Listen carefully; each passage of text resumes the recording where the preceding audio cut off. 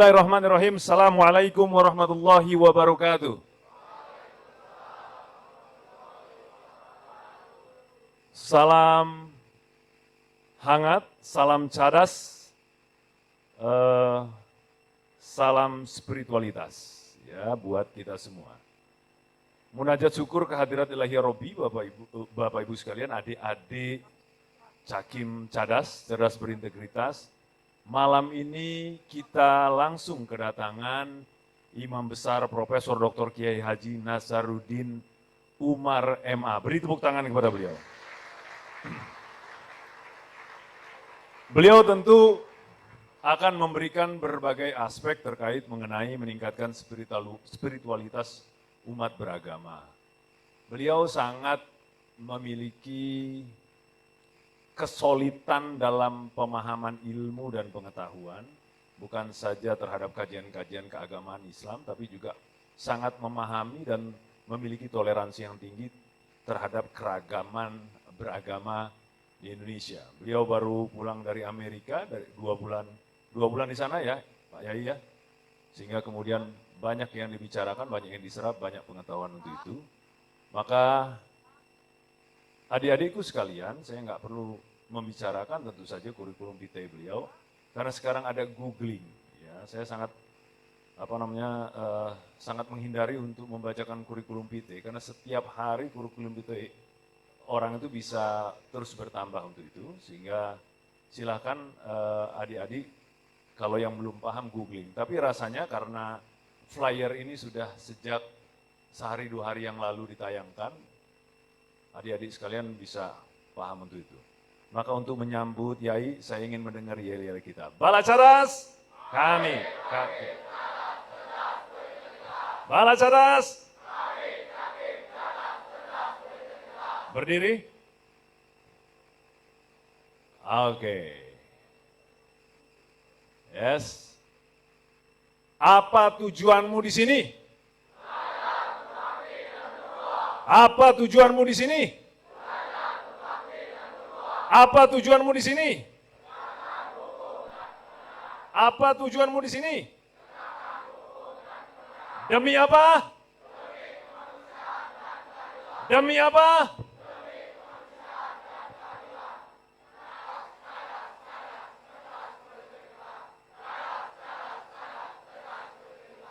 Beri tepuk tangan buat Kiai Haji Profesor Dr.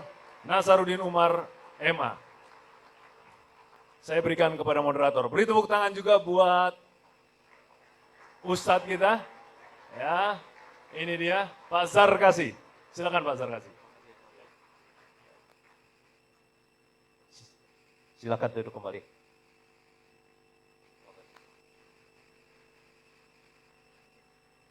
Assalamualaikum warahmatullahi wabarakatuh. Bismillahirrahmanirrahim. Alhamdulillahilladzi tawadda'a kullu syai'in bi'azamatihi wa zalla kullu syai'in bi'izzatihi wa taslama kullu syai'in liqudratihi wa khada'a kullu syai'in limulkihi. Salatan wa salaman ila rasulih wa ala alihi wa ashabihi amma ba'd.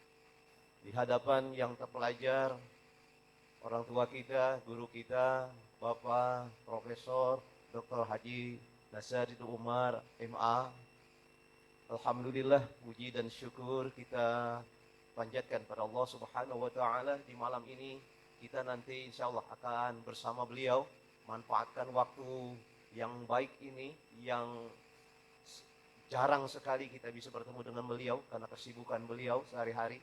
Dan kalau kita lihat dari kurikulum vitae beliau adalah nama lengkapnya Profesor Dr. Haji Nasaruddin Umar MA, tempat tanggal lahir di Bone 23 Juni 1959, kemudian tinggalnya di Jalan Ampera 1 nomor 10 Ragunan Pasar Minggu, masih di sana Kiai ya. Alhamdulillah. Dan kalau kita lihat luar biasa ini pengalaman pendidikan beliau, dan sekarang terakhir beliau adalah sebagai imam besar Masjid Istiqlal. Beri tepuk meriah untuk beliau.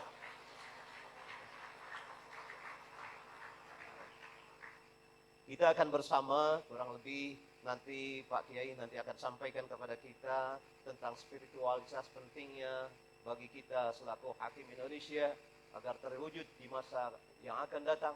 Jadi hakim-hakim yang cadas, bukan hanya cadas secara intelektual, tapi berintegritas, punya nurani, dan punya nilai-nilai keimanan, sehingga dia nanti menghukum bukan hanya dengan logika hukumnya saja, tapi juga dengan nurani, sehingga tercapai keadilan. Mudah-mudahan, amin ya rabbal alamin. Baik, tanpa panjang kata lagi, mari simak secara serius ya apa-apa yang disampaikan oleh narasumber kita. Kemudian nanti di akhir dari penyampaian, insya Allah kita akan adakan diskusi tanya jawab. Ya. Biasanya kurang lebih, silakan Pak Kiai. Baik, silakan nanti Pak Kiai, nanti begitu selesai menyampaikan kita adakan tanya jawab. Persiapkan oleh saudara, ya ngajinya ini anggap ngaji ini ya, ya pakai apa? Taliti. Ingat ya, taliti. Ta pakai mata, li dengarkan dengan celi. Orang Sunda itu telinga itu celi. Ti masukkan ke hati. Awas ya. Baik. Mudah-mudahan sangat bermanfaat bagi saudara sekalian nanti untuk mengemban tugas selanjutnya, dan mari kita sama-sama dengarkan tausiah atau pencerahan dari Bapak Profesor Dr. Haji Nasaruddin Umar MH. Kami persilakan.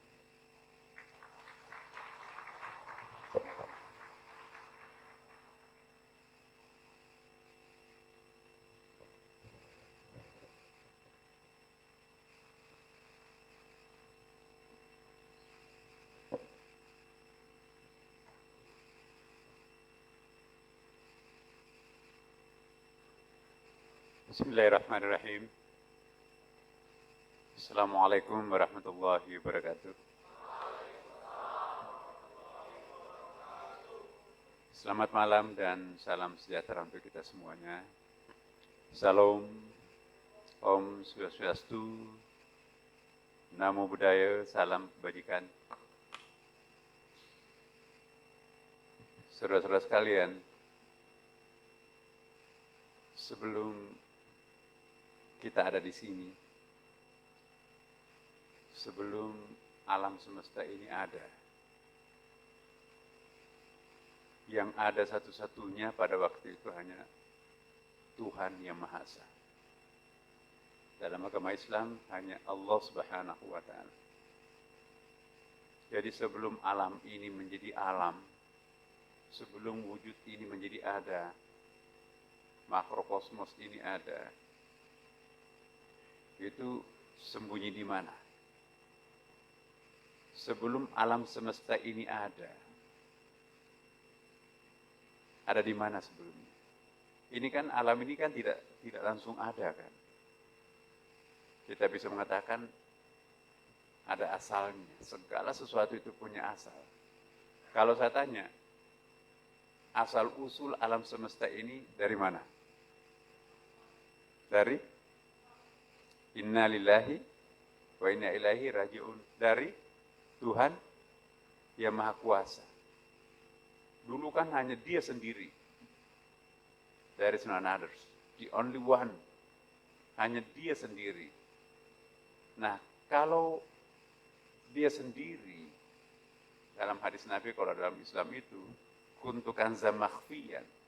Aku itu pada mulanya ini adalah gudang rahasia. Tapi aku ingin tahu siapa diriku, maka aku memanifestasikan bayanganku sendiri. Jadi alam sendiri ini adalah bayangan Allah, manifestation of God, tajallinya Allah. Kalau alam semesta ini berasal dari Allah, setuju nggak? Semua agama menganggap bahwa alam semesta ini ada penciptanya, atau alam semesta ini berasal dari Allah. Kalau alam semesta ini berasal dari Allah, berasal dari Tuhan yang Maha Kuasa, semua agama sepakat, agama apapun. Maka pada hakikatnya alam semesta ini siapa? Apakah Allah itu sakral? Apakah Tuhan itu sakral? Apa itu sakral? Sacred. Lawannya proven bahasa Inggrisnya. Sakral itu maha agung, maha tinggi, maha istimewa lah. Nah, kalau kita ini semuanya berasal dari yang maha agung, logikanya, maka alam semesta ini sakral atau enggak? Sakral kan? Bagaimana mungkin ada sesuatu yang berasal dari yang sakral, tapi dia tidak sakral? Segala sesuatu yang bersumber dari yang maha sakral, pasti yang bersangkutan itu pun juga sakral, ya kan? Nah, jadi siapa kita? Siapa alam semesta ini? Ini adalah manifestation. Kalau dalam agama Hindu, ini alam semesta ini adalah maya. Ada enggak yang beragama Hindu di sini? Naikkan tangan. 1, 2, 3, 4. Apa yang dimaksud maya? What is the maya? Yeah. Maya itu bukan nama orang. Ya. Maya itu antara ada dan tiada. Mau disebut ada, enggak. Ya. Dalam ilmu filsafat nih, di situ ada 2 mazhab, ya. Mazhab Plato dan mazhab Aristoteles. Aristoteles mengatakan juga, yang ada itu hanya di pikiran ini.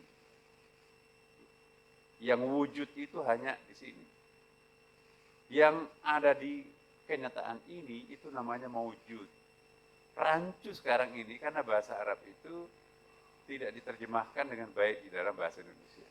Sehingga kita katakan wujud. Apa makna wujud dalam bahasa Arab itu? Wujud dalam bahasa Indonesia itu tidak sama artinya dengan wujud dalam bahasa Indonesia. Wujud di dalam bahasa Indonesia segala sesuatu yang tampak, begitu kan?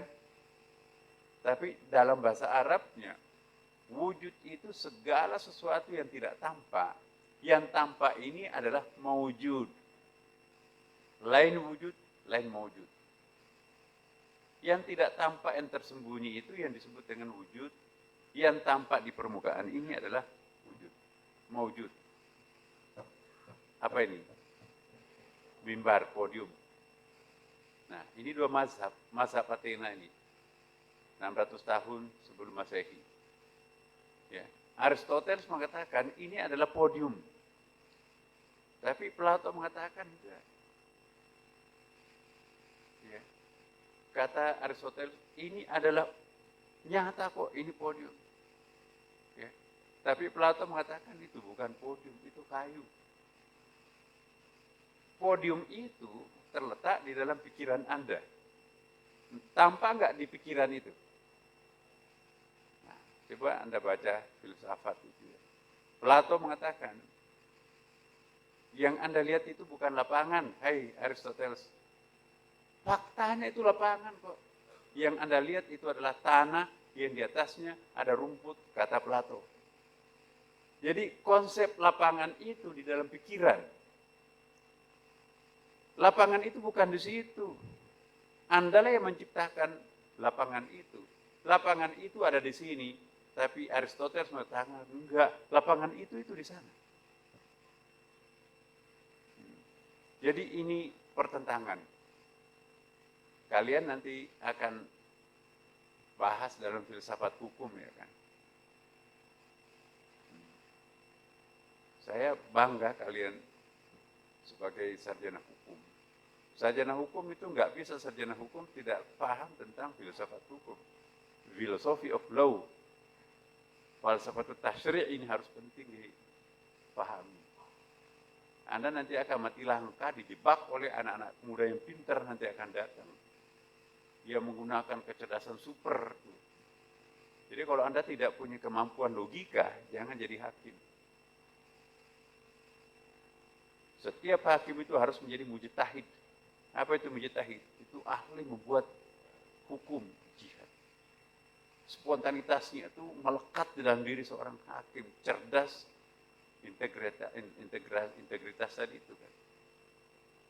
Nah, Jadi Plato mengatakan enggak, kalianlah yang menciptakan itu lapangan. Ya. Jadi ada namanya konsep. Konsep itu nyata atau tersembunyi.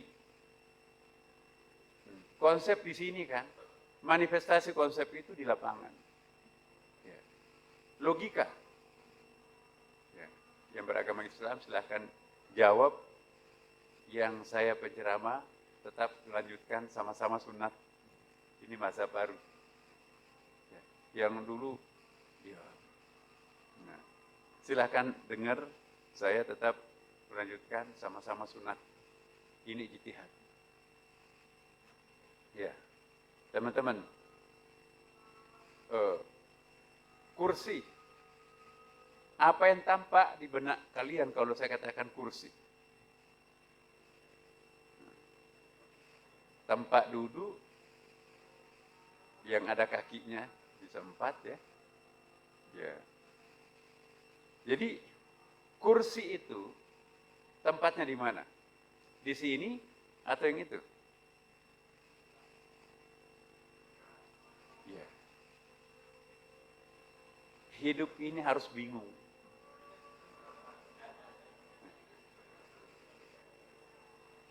Kalau tidak pintar bingung, jangan jadi hakim. Nah, bahkan bingung itu didoakan oleh Nabi. Allahumma rabbi zidni takhayyura. Ya Allah, tambahkanlah kebingunganku. Makin bingung, makin asyik. Tapi bingung apa dulu? Nah, bingung secara intelektual itu sangat produktif. Tapi kalau di sini bingung, nggak keluar benang kusut itu no. Coba kita lihat. Kursi di sini atau itu? Plato mengatakan kursi adanya di sini. Aristoteles mengatakan kursi adanya di situ. Mana yang benar? Aliran peripatetik. Plato nanti turun-temurun itu sampai kepada zaman keemasan Islam, di Golden Age of Islam itu pada abad pertengahan. Al-Farabi menganggap bahwa yang wujud itu di sini, konsepsi. Jadi cucunya Plato itu Al-Farabi. Maka itu Plato disebut Al-Mu'allimul Awwal. Kemudian Al-Farabi Al-Mu'allimul Tsani. Tapi Aristoteles mengatakan itu adalah kursi, ada juga anak cucunya, itu Ibnu Sina. Gimana bisa mengingkari itu sebagai kursi, itu nyata kok. Ya. Nah, jadi inilah teman-teman. Wujud itu, konsep itu di sini. Ya. Semua yang kita lihat ini ada. Coba, ada pintu kayu kan, mimbar kayu, meja kayu, kursi kayu. Tiang bendera kayu, dinding kayu, semuanya kayu. Tapi yang menciptakan bahwa itu kursi, ini mimbar, ini meja, itu jendela, itu pintu, siapa? Kitalah yang menciptakan, dan konsep kayu, meja, mimbar itu sesungguhnya di mana tempatnya? Di sini atau yang ini? Dua-duanya bisa di sini. Kalau Anda mengikuti aliran Plato, ini semuanya ada di sini. Di sini tampak atau enggak? Nah, yang tidak tampak itu disebut wujud di sini. Tapi yang tampak menjadi kursi, menjadi meja, menjadi jendela, itu disebut maujud. Bahasa Indonesianya enggak cukup. Miskin sekali bahasa Indonesia itu. Bahasa Arab kaya. Saya tadi duduk, sekarang berdiri. Bahasa Arabnya apa? Qama. Nah, kalau saya baring, bangun, lalu saya duduk. Bahasa Arabnya apa? Qa'ada. Jadi bahasa Arabnya duduk, kalau tadinya tidur, itu qa'ada. Bahasa Arabnya berdiri, baru saya duduk, itu bahasa Arabnya jalasa. Jadi jalasa itu, oh tadinya berdiri, lalu duduk. Qa'ada, oh tadinya baring, sekarang duduk. Bahasa Indonesianya ada nggak bedanya? Duduk dari berdiri atau duduk dari tidur? Nggak ada. Kalau bahasa Al-Quran ada. Nah, bahasa hukum sangat penting.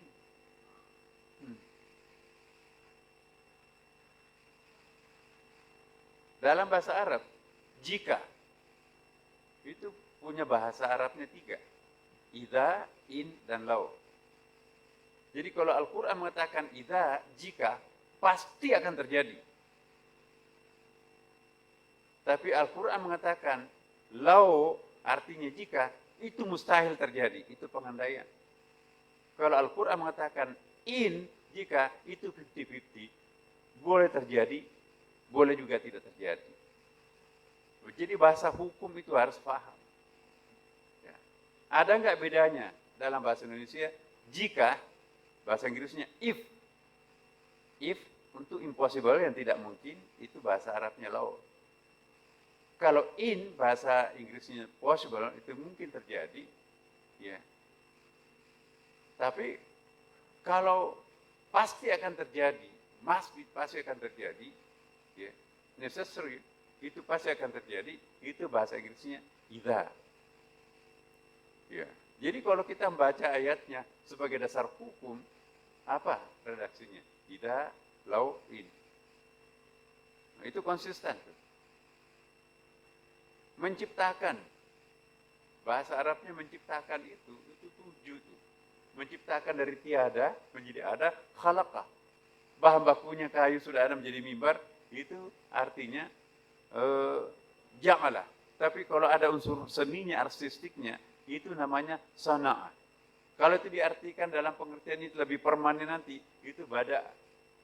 Nah, jadi sana'ah, bada'a, ja'alah, khalaqah, dan seterusnya, 7 itu ada detail-detailnya.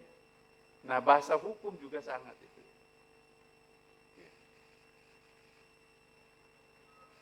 Jadi ada ayat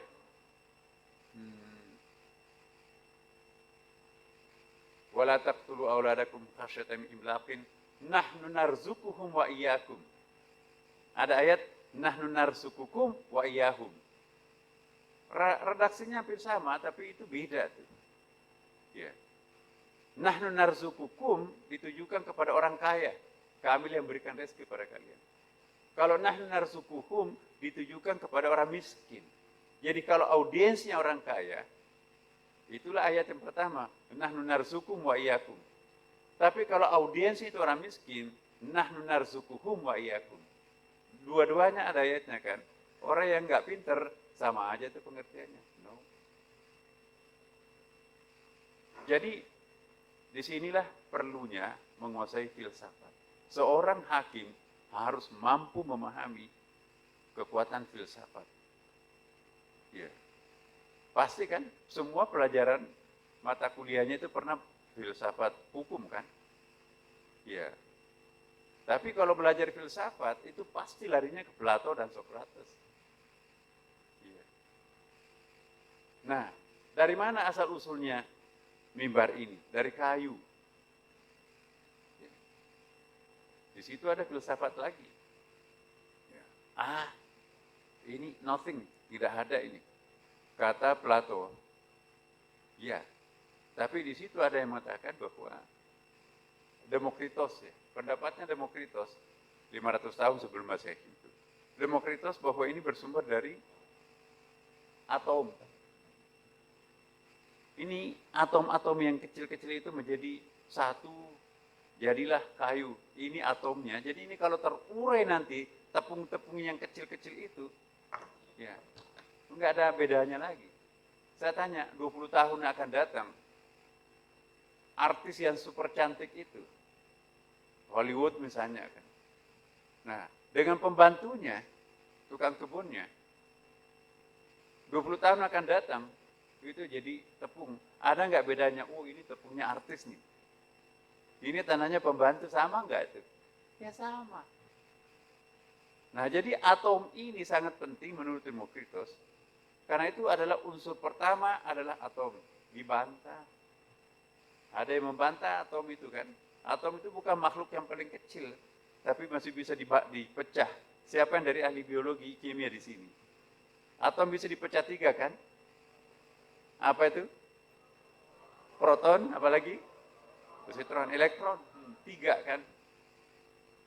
Jadi elektron itu kalau yang paling kecil, dibantah oleh Thales.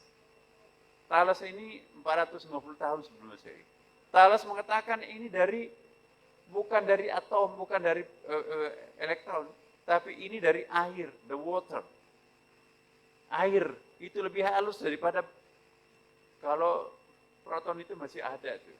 Tapi kalau air itu lebih halus.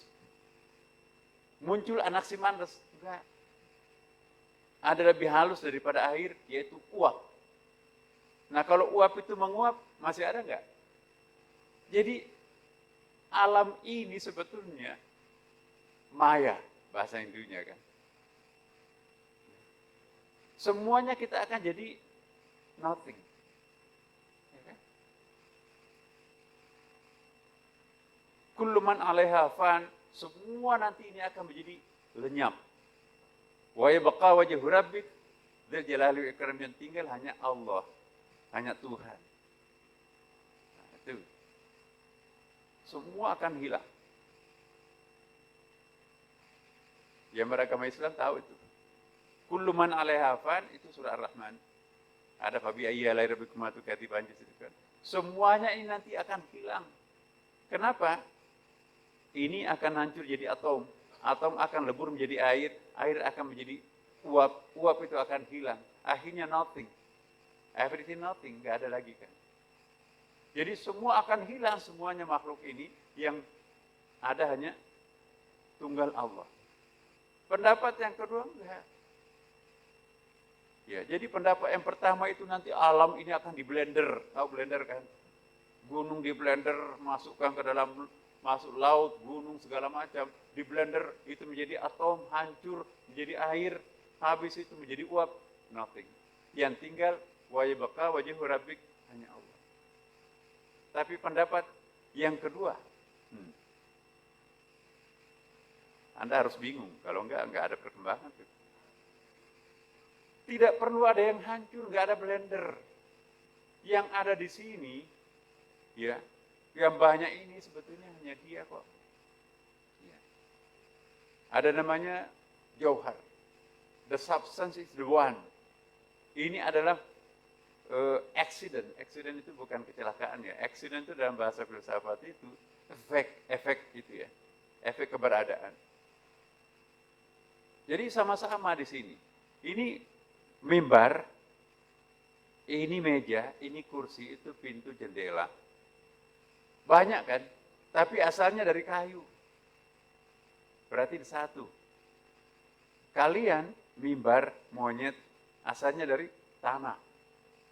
Lalu tanah dari atom, atom dari mana? Jadi akhirnya kembalinya kepada siapa? Tuhan.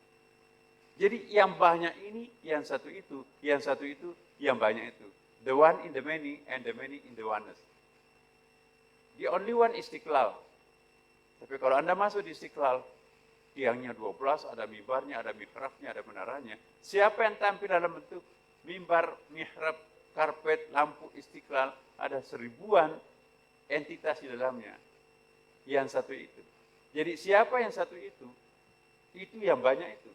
Siapa yang banyak itu yang satu itu. Dalam ilmu fisika, ilmu biologi, ya, matematik, nggak mungkin satu sama dengan banyak kan. 1 tambah 1 pasti 2. Tapi dalam ilmu metafisika, ilmu filsafat, boleh jadi nggak seperti itu. Nah, siapa yang tampil banyak? Istiqlal itu kan. Ada tiangnya, ada mimbarnya, ada mihrabnya. Tapi siapa yang tampil satu? Istiqlal juga. Yang banyak itu, yang satu itu. Dan yang satu itu, yang banyak itu. Paham ya? Jadi tidak perlu, ini pendapat yang kedua, yang banyak itu adalah sebetulnya Tuhan. Dengan demikian, kullu man 'alaiha fan, ya, semuanya akan binasa, hancur. Pendapat yang pertama itu di blender hancur, lalu terakhirnya menjadi uap, habis ya kan. Kalau pendapat yang kedua, tidak ada yang hancur. Yang hancur di pikiran ini. Aku tidak melihat pohon itu pohon. Yang aku lihat adalah what is behind the tree. What behind the stone. Siapa di balik batu itu. Jadi dia tidak melihat yang banyak ini banyak, tetapi dia melihat yang banyak ini yang satu itu. Dia tidak melihat banyak, tapi dia melihat hanya satu Istiqlal. Mana yang benar? Kullu man 'alaiha fan, semuanya akan binasa. Jadi enggak ada lagi gunung, enggak ada lagi pohon, enggak ada lagi laut, enggak ada lagi matahari. Semua yang dilihat hanya satu. Satu kesatuan secara totalitas. Enggak ada yang hancur. Yang hancur di pikirannya. Aku tidak melihat ABCD di sini, yang aku lihat hanya satu. Aku melihat Tuhan. Fa aina ma tuwallu fatamu wajhullah. Kemanapun kalian menghadapkan mukamu, kalian akan melihat Tuhan. Aku melihat apapun, aku pada hakikatnya melihat Tuhan. Karena asal usulnya siapa? Jadi selama kita masih melihat ini banyak, maka kita berjarak dengan Tuhan. Tapi kalau kita sudah melihat semuanya ini ada, ya, itu yang disebut dalam Hindu sebagai atma. Ya. Nah, kalau dalam Yahudi itu Ensof-nya. Ensof itu segala sesuatu bersumber darinya. Ini yang disebut dengan impersonal God dalam dunia Kristen, Protestan, Katolik. Ini yang disebut dengan Yang Yin dalam ilmu Taoisme atau Konghucu. Jadi teman-teman, itu satu ya. Pasti di sini ada bayangan nih, bingung. Apakah hancur di blender? Apakah hancur di pikiran ini tetap utuh yang lain? Mana yang benar? Kalau Anda nggak bingung, berarti tidak cerdas. Kalau sudah bingung, berarti Anda cerdas. Anda kan cerdas juga. Nah, sekarang kita masuk ke hukumnya.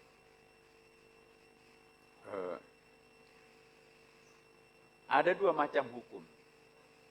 Ada hukum takwini, ada hukum tasyri'i dalam bahasa agama Islamnya ini. Tapi paralel dalam agama lain juga ada. Ada yang disebut dengan the natural law, the nature of law, hukum alam. Jadi semua makhluk Allah ini, makhluk Tuhan ini terikat kepada hukum alam. Satu-satunya makhluk Allah yang terikat dengan dua aturan hukumnya hanya manusia. Monyet, kambing, pohon, langit, laut, semuanya hanya tunduk kepada satu hukum. The law of nature, hukum alam. Karena manusia ini juga bagian daripada alam, maka manusia pun juga harus tunduk pada hukum alam. Ya, loncat dari menara tinggi, mati, ya hukum alam tuh. Iya kan? Itu hukum alam. Tetapi manusia itu punya dua hukum. Kenapa dua hukum? Karena satu-satunya makhluk Tuhan itu yang diminta untuk representasi Tuhan, ya, itu hanya manusia. Coba agama Abrahamic religion, Katolik, Protestan, Yahudi, Islam sama itu. Bahkan Hindu, Buddha juga sebetulnya tidak beda tuh. Ya. Manusia itu adalah representatif Tuhan. Khalifah itu artinya pengganti. Ya. Ini ja'ilun fil ardi khalifah. Aku ciptakan manusia itu sebagai pengganti diriku. Maka itu kalau kita mau makan, kita mau menebang, kita mau memotong, Bismillahirrahmanirrahim. Apa artinya Bismillahirrahmanirrahim? In the name of God, atas nama Allah. Pak Kepala, siapa? Kalau di sini pimpinannya siapa? Kaposlit ya. Beliau tidak hadir eselon 1, maka eselon 2 yang hadir. Atas nama pimpinan, saya membuka. Atas nama Mahkamah Agung, saya buka. In the name of Mahkamah Agung, maka saya buka acara ini. Itu atas nama. Nah, sama juga atas nama Allah saya menyembelih engkau kambing. Atas nama Allah saya menebang engkau pohon. Tunduk semuanya. Wa sakhkhara lakum ma fis samawati ma fil ard kami tundukkan apapun yang ada di alam semesta ini kepada siapa ditundukkan? Manusia. Kenapa manusia menundukkan mereka? Karena ini representatifnya Allah di muka bumi ini. Ciptaan Allah inilah yang paling terakhir. Pertama diciptakan apa? Alam. Dari alam itu nanti muncullah lumut-lumut sebagai makhluk yang bersel satu kan. Jadi secara penciptaan alam ini, tadinya ini batu. Apa namanya? Tadinya alam semesta ini semuanya serba batu itu. Batu itu. Bumi ini batu, cadas nih. Ya. Untuk menciptakan batu itu lebur menjadi tanah, itu diperlukan 400 tahun per 30 cm. Jadi berbalas 30 cm itu, tadinya batu, ditumbuhi lumut-lumut di situ, dalam tempo 400 tahun, itu bisa lebur menjadi tanah. Ya. Sudah berapa juta tahun umurnya ini sampai tanah kita kalau menggali sumur itu sudah sekian itu kan. Jadi umur satu bebatuan itu bisa diukur melalui teori karbon dan melalui kepadatan itu. Itu sains bisa menemukan itu. Berapa juta umurnya bumi ini? Ya, sudah ratusan juta tahun kita nggak tahu. Nah, jadi teman-teman, setelah itu lahirlah lumut-lumut. Lumut-lumut itu kemudian tumbuhlah rumput-rumput. Belum ada binatang. Karena kalau binatang langsung batu, bagaimana bisa makan batu kan enggak? Rumput jadi maka binatang lahir. Binatang itu apa pertamanya itu? Kayak kadal tuh, teorinya Darwin tuh kan. Ya. Lalu kadal itu lama-kelamaan terhuyung-huyung karena sudah enggak ada pohon, jadi terangkat kakinya, jadilah monyet. Monyet manjat karena lama-kelamaan berproses menjadi manusia. Dari situlah misterinya Darwin. Jadi tidak 100% Darwin itu salah. Logika berpikirnya ada, tetapi nanti konklusinya berbeda. Nah, jadi teman-teman, ini filsafat. Dengan demikian, proses evolusi manusia menjadi manusia menurut Darwin, kita dulu tuh nggak cerdas. Primitif itu otaknya tuh kecil tuh porsinya. Sekarang di sini otak kita ini ada 40 triliun sel-sel otaknya tuh. Nah, umur-umur balita 20 miliar per hari tumbuh itu. Nah, jadi teman-teman, proses penciptaan ini. Karena manusia ini super istimewa jadi khalifah, maka dia harus memiliki dua konsep hukum. Satu hukum takwini dan satu hukum tasyri'i. Apa itu hukum takwini? Yaitu hukum alam. Universal law. Semua makhluk Allah ini tunduk kepada satu hukum. Ya. Tapi manusia ini harus tunduk kepada dua sistem hukum. Apa itu sistem hukum manusia? Sistem hukum syariahnya. Syariah di sini bukan syariah hukum Islam ya, tapi ini adalah hukum religius law-nya itu. Setiap agama kan punya law, apalagi Yahudi. Nah, apa contohnya? Nah, mana contohnya hukum natural law? Ada angin kencang. Wah, akhirnya buah kelapa itu jatuh, bahkan roboh kan. Itu hukum alam tuh. Ya. Bagaimana membaca hukum alam? Ini ada gelombang, perakiraan cuaca di atas 4 meter. Ya. Laut Jawa ini, jangan melaut. Itu mengindahkan hukum laut, hukum alam tuh. Kalau nekat melawan hukum, itu nanti akan perahunya tenggelam. Ya kan, ada akibatnya. Ya. Dan itulah hukum alam. Tapi kalau hukum kemanusiaan, itu tercipta melalui kitab sucinya. Nah, contohnya hukum syariah apa? Hukum tasyri'. Kita tidak boleh melakukan hubungan menurut binatang. Jadi kalau kambing buka aurat, ada hukumannya enggak? Kalau kambing bersetubuh di depan umum, ada hukumannya enggak? Enggak ada. Kenapa? Karena dia kambing. Apa bedanya kambing dengan manusia? Organ seksnya juga sama tuh. Karena bedanya dia bukan khalifah. Hanya diikat oleh satu hukum. Sedangkan manusia adalah manusia, khalifah, pengganti Tuhan. Dia harus tunduk kepada dua sistem hukum.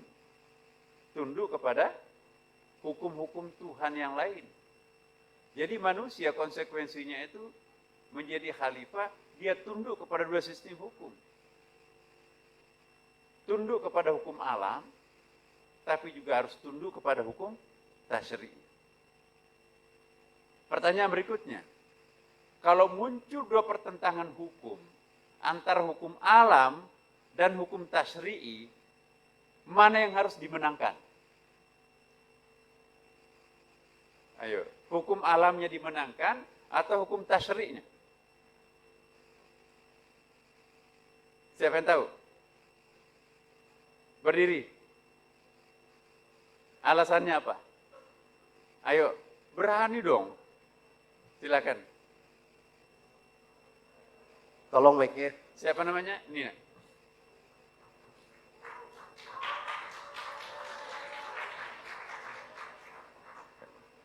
Boleh diperkenalkan, saya belum tahu namanya siapa, dari mana, pendidikan.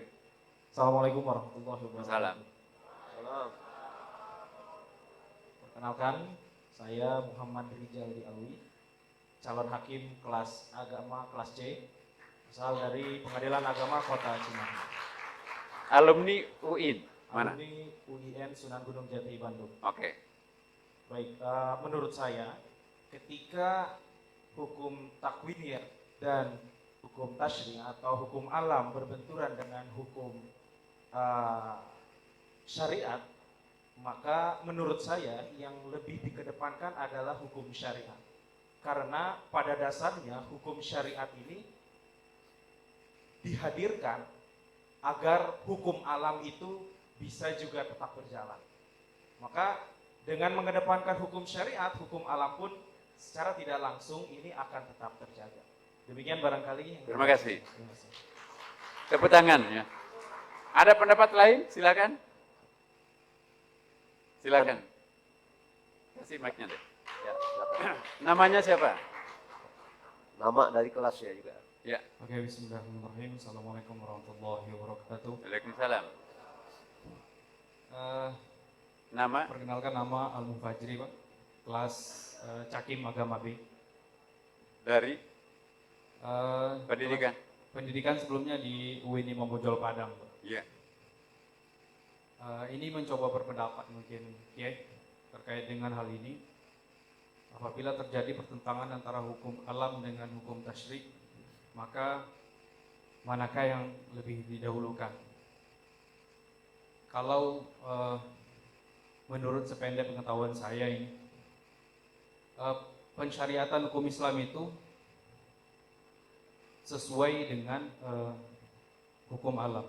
Artinya begini, dalam hukum tasyri' itu, mencuri itu hukumnya haram. Kemudian dalam hukum alam, ketika kita lapar, maka kita harus makan. Itu hukum alamnya, sebab akibatnya. Kemudian ketika kita lapar dan tidak ada sesuatu yang bisa kita makan, maka atau kita juga tidak bisa membeli sesuatu seperti apa yang terjadi di masa Umar itu. Akhirnya sahabat itu kan mencuri. Dalam konteks ini, sahabat kan dalam tanda kutip dia melanggar hukum tasyri' tentang larangan mencuri itu. Dengan demikian menurut saya, ketika terjadi pertentangan antara hukum alam ini dengan hukum tasyri', maka yang didahulukan hukum alam. Iya. Hanya saja yang ingin saya garis bawahi adalah pensyariatan hukum Islam itu tidak pernah bertentangan dengan hukum alam karena sejalan. Iya. Mungkin itu. Terima kasih.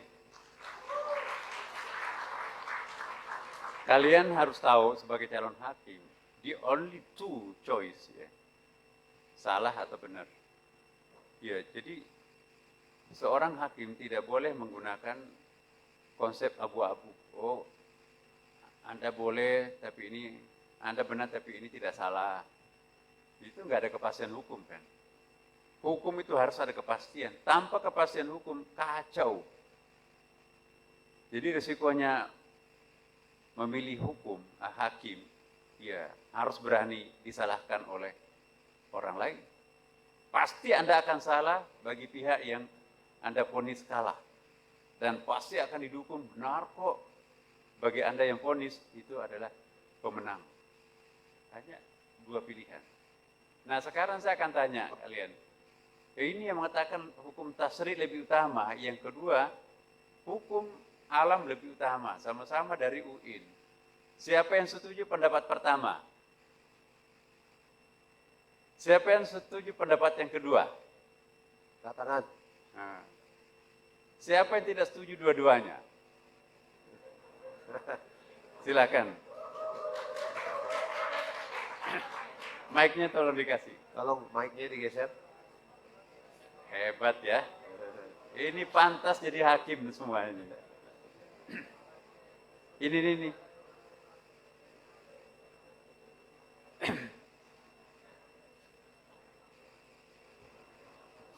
Namanya? Bismillahirrahmanirrahim. Assalamualaikum warahmatullahi wabarakatuh. Nama saya Syarul Badri, Hakim Agama dari kelas A. Ya. Saya mungkin tidak Alumni? Alumni dari Mesir. Di mana? Al-Azhar Alumni? Mesir. Al-Azhar Mesir, Pak. Oke, Mesir ya. Barangkali tidak panjang saya jawab, Pak, karena kan cuma pendapat saja kan. Iya. Iya. Menurut saya tidak ada benturan antara hukum syariah dengan hukum alam, itu saja. Karena Rasulullah ini kan diturunkan rahmatan lil alamin untuk menjaga alam ini juga. Jadi kalau kita katakan seperti yang disebutkan oleh kawan tadi itu, ya kasus orang yang mencuri itu, nah itu bukan pertentangan antara hukum alam dengan hukum syariah. Tapi justru dalam hukum syariah itu memiliki banyak kelenturan-kelenturan yang tidak kaku, ya. Sehingga hukum ya, yang merupakan keputusan akhir dari sebuah kasus itu ya akhirnya merupakan memberikan nilai-nilai keadilan. Jadi hukum itu tidak bisa kita benturkan ya, hukum fikih itu tidak bisa kita lihat dalam posisi membentur hukum alam, karena hukum alam itu juga Allah yang buat, kemudian hukum syariah juga Allah yang turunkan. Jadi harus dikombinasikan. Hukum syariah itu sudah sesuai dengan aturan hukum alam yang sudah Allah tetapkan. Begitu jawaban singkat saya. Makasih. Bagus ya. Persoalannya kalau di meja hakim seperti itu harus memilih satu. Apakah salah atau benar kan gitu. Tidak bisa ada pendapat ketiga. Second option itu nanti nggak ada kepastian hukum. Nah, dari sini ada lagi yang ingin mengcombine. Tapi adalah pendapat ketiga. Kita waktunya terbatas ya Pak Moderator, sampai jam berapa nih? Oke. Jadi teman-teman, saya memberikan satu contoh ya. COVID baru-baru ini kan, pendapatnya dokter, Menteri Kesehatan. Ya. Tidak boleh ke masjid. Tapi pendapatnya Pak Ustadz, sunat ke masjid. Masuk di masjid, ya, ada dokter mengatakan harus social distancing. Social distancing itu jaraknya 1 meter kan. Jangan terlalu rapat, 1 meter. Sementara hadis Nabi, ya, suhu kamu rapatkanlah safnya. Ya, jadi sini dan kaki itu harus mepet itu. Jangan ada celah, kan itu tempat setan kata hadis Nabi kan. Nah, dokter merepresentasikan hukum alam. Karena kalau berdekatan itu pasti akan terinfeksi dengan virus corona kan. Tapi hadis Nabi enggak, rapatkan barisannya. Mana yang paling harus kita ikuti di sini? Apakah dokter atau Nabi?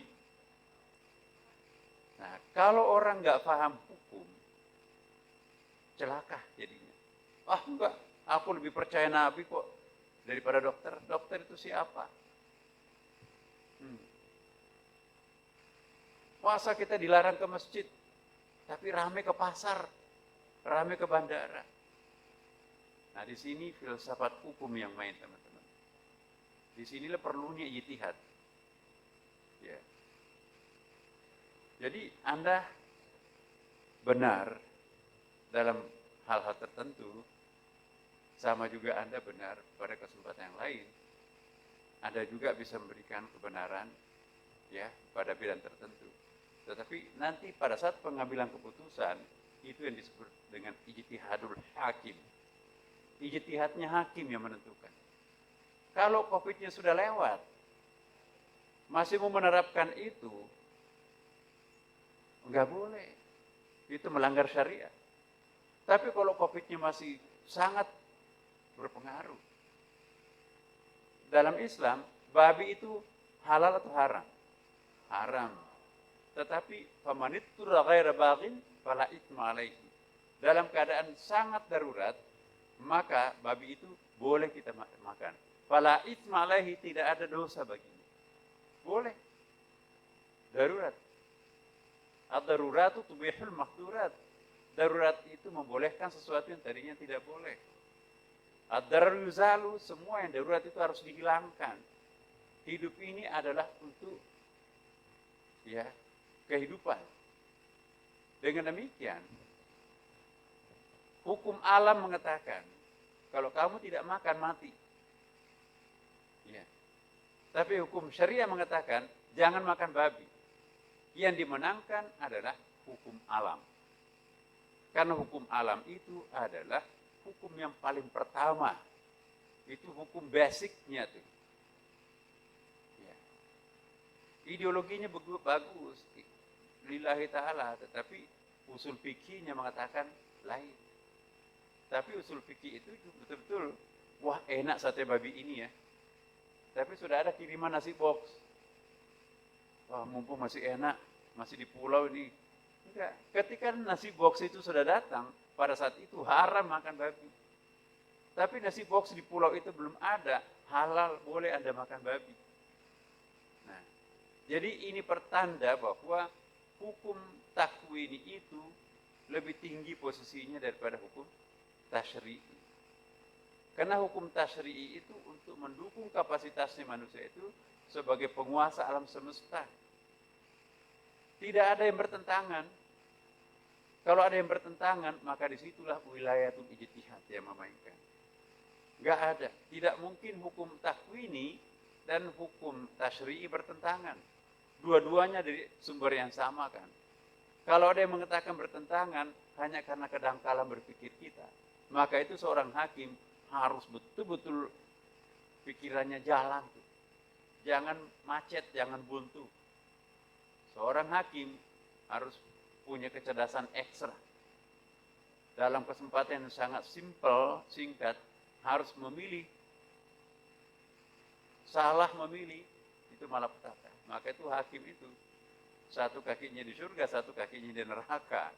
Hati-hati.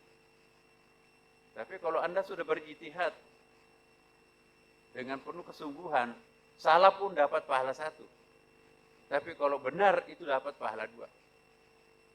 Tetapi kalau ada subjektivitas Anda melakukan pemutusan bertentangan dengan ijtihad Anda sendiri secara real, hanya ada faktor eksternal pemberian dari orang, maka itu Anda melanggar dua hukum. Melanggar hukum takwini, menzalimi orang, melanggar hukum tasyri'i, ya, korupsi.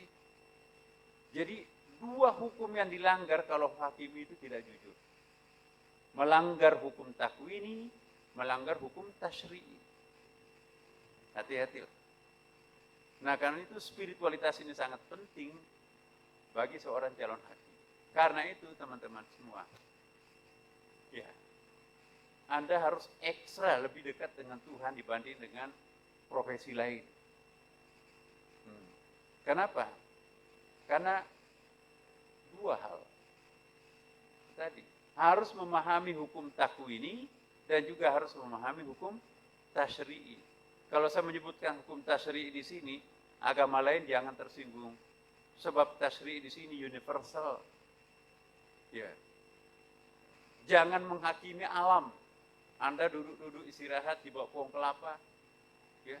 Tiba-tiba pohon kelapanya jatuh, kena kelapa kepalanya tuh, berdarah. Kurang ajar ini pohon kelapa ini. Lantas Anda tebang, Anda melanggar hukum.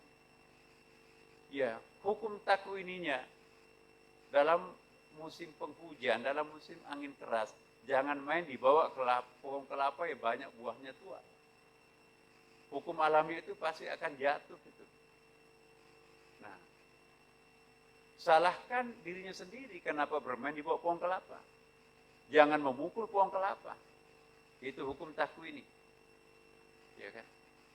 Hukum takwini itu permanen. Tidak mungkin pohon kelapa itu berbuah durian. Itu hukum takwini. Tidak mungkin pohon durian itu berbuah pohon kelapa, buah kelapa kan. Jadi teman-teman, filsafat hukum itu sangat penting, tetapi filsafat hukum itu menjadi tidak ada artinya kalau tidak ada moralitas spiritualnya.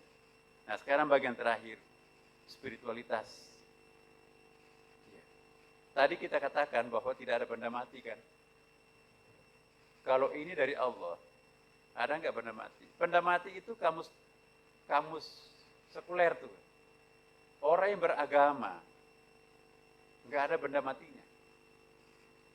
Coba lihat Hindu tuh. Batu dianggap bisa mendatangkan efek. Semuanya sakral. Islam, ya. Memang kita tidak mengenal, ada ayatnya kan. Wa in min syai'in illa yusabbih bihamdihi walakin la ta'lamuna tasbihahum. Tidak ada sesuatu apapun melainkan semuanya bertasbih kepada Allah Subhanahu wa taala. Maaf.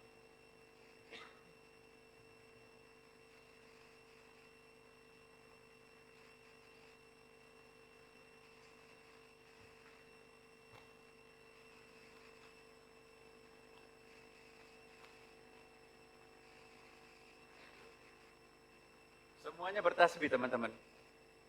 Apa yang dimaksud bertasbih? Apa itu bertasbih? Fasabbih bihamdi rabbik, bertasbihlah. Apakah itu bertasbih? Subhanallah, subhanallah, subhanallah. No. Bertasbih itu apa artinya? Tanzih, mensucikan Allah. Jadi kalau kita bertasbih, mensucikan Allah. Bagaimana mensucikan Allah? Mensucikan Allah itu ada dua macam. Ada tanzih subuhi, mensucikan Allah dari pikiran kita, dari jiwa kita bahwa Allah itu enggak bagus, Allah itu diskriminatif. Aku kok siang malam berdoa, puasa Senin Kamis, salat tahajud, enggak dapat jodoh tuh. Tetangga saya malah enggak pernah melakukan ibadah apapun, malah dapat jodoh artis. Nah, bagaimana sih Tuhan ini? Jadi salah paham terhadap Tuhan ini harus dibersihkan. Membersihkan pikiran terhadap sesuatu yang negatif untuk Tuhan, itu disebut dengan tasbih. Tasbihnya itu modelnya tanzih subuh. Jelas ya? Yang kedua tanzih kudusi. Mensucikan pikiran kita, jiwa kita dari sesuatu yang positif untuk Allah. Segala sesuatu yang positif untuk kita itu pun juga harus dibersihkan. Kenapa? Karena pembersihan menurut definisi kita, Tuhan jauh lebih hebat daripada yang didefinisikan di sini. Kita hanya sebuah cangkir, sedangkan Allah itu samudra. Apakah cangkir bisa memuat samudra? Sebagus apapun definisi kita tentang Tuhan, Tuhan lebih baik daripada definisi kita. Maka itu pikiran positif pun juga harus dibersihkan. Subhanallah amma yasifun. Maha suci Allah terhadap apa yang kalian persepsikan terhadap Allah. Itu artinya tasbih. Fasabbih bihamdi rabbik. Mensucikan Allah.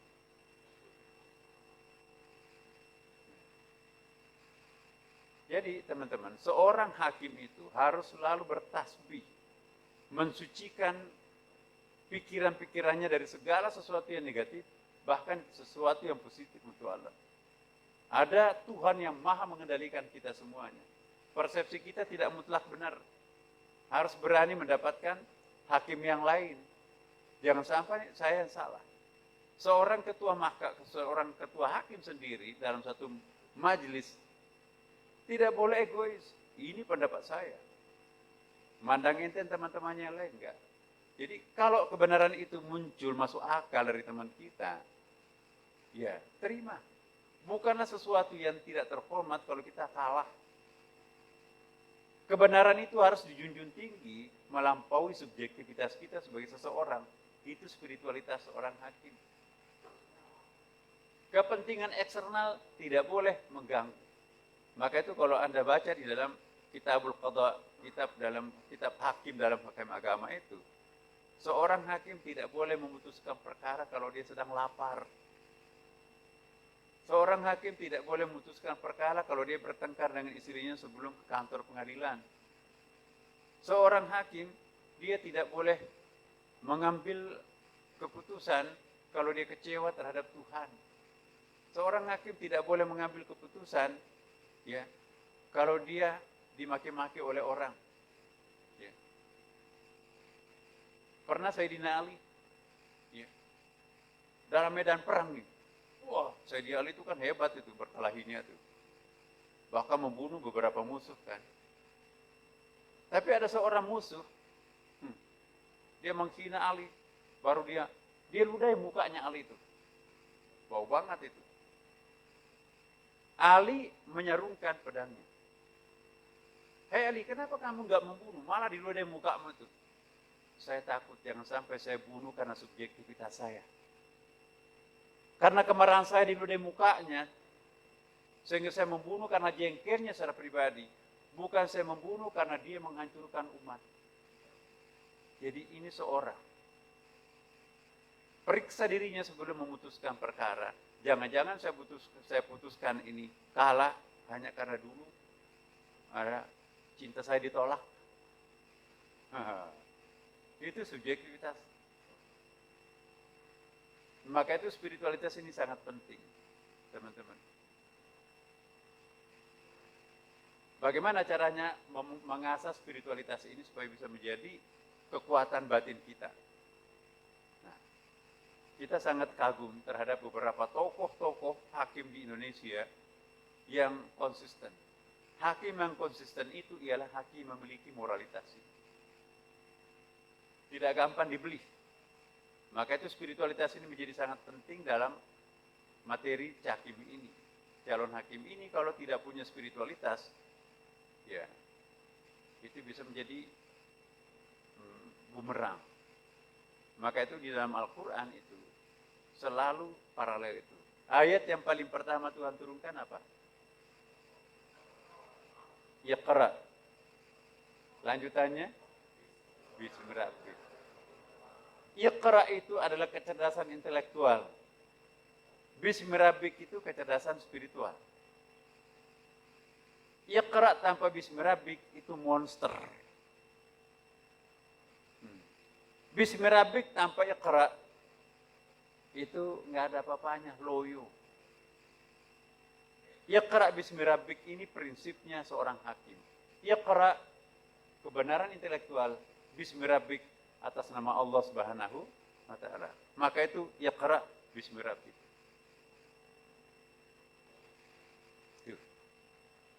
Kenapa Iqra dulu baru Bismillahirrahmanirrahim? Kenapa nggak dibalik? Bismillahirrahmanirrahim Iqra.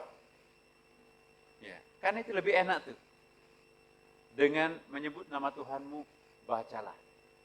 Tapi ini lain, bacalah dengan menyebut nama Tuhanmu. Inilah yang disebut dengan pendekatan induktif. Kalau pendekatan deduktif dari atas ke bawah, Bismillahirrahmanirrahim Iqra.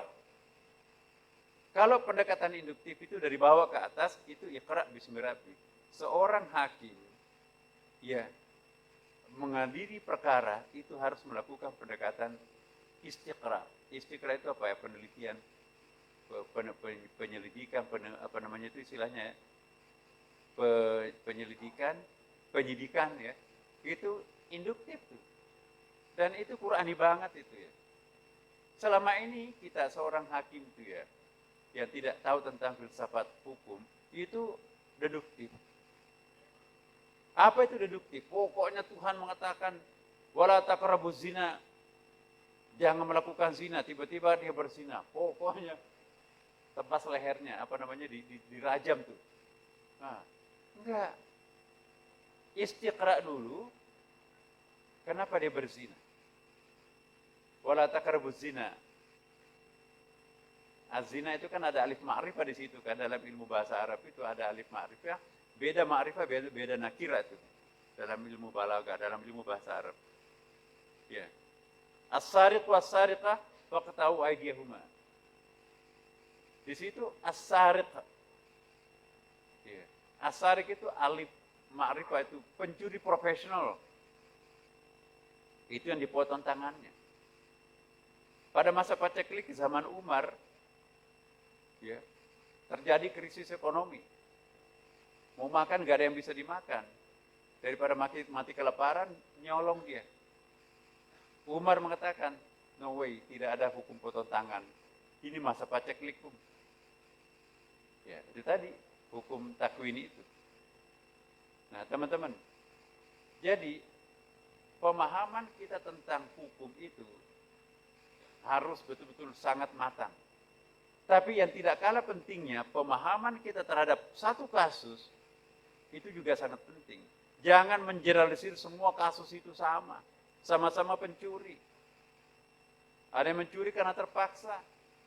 Ada yang mencuri karena memang hobi. Masa mau disamakan hukumnya? Makanya itu iqra dulu bismi rabbik. Jadi iqra bismi rabbik, bukan bismi rabbik, iqra. Ini filosofi hukum. Saya tidak perlu menjelaskan, karena ini kalau dijelaskan 1 semester nggak cukup. Nah, waktu kita cuma 1,5 jam. Karena itu teman-teman, inilah pengantar bagaimana menghadapi kenyataan sosial, religius masyarakat kita. Saya berharap teman-teman semuanya yang hadir di sini akan menjadi hakim-hakim yang handal. Di samping menguasai hukum takwini, dia juga menguasai hukum tasyri'i. Dan di samping menguasai hukum-hukum tekstual, tapi dia juga menguasai hukum-hukum kontekstual. Di samping menguasai ilmu-ilmu iqra, tapi juga menguasai ilmu-ilmu bismi rabbik. Kalau ini dikuasai semuanya, maka kalian akan menjadi penghuni utama surga. Assalamualaikum warahmatullahi wabarakatuh.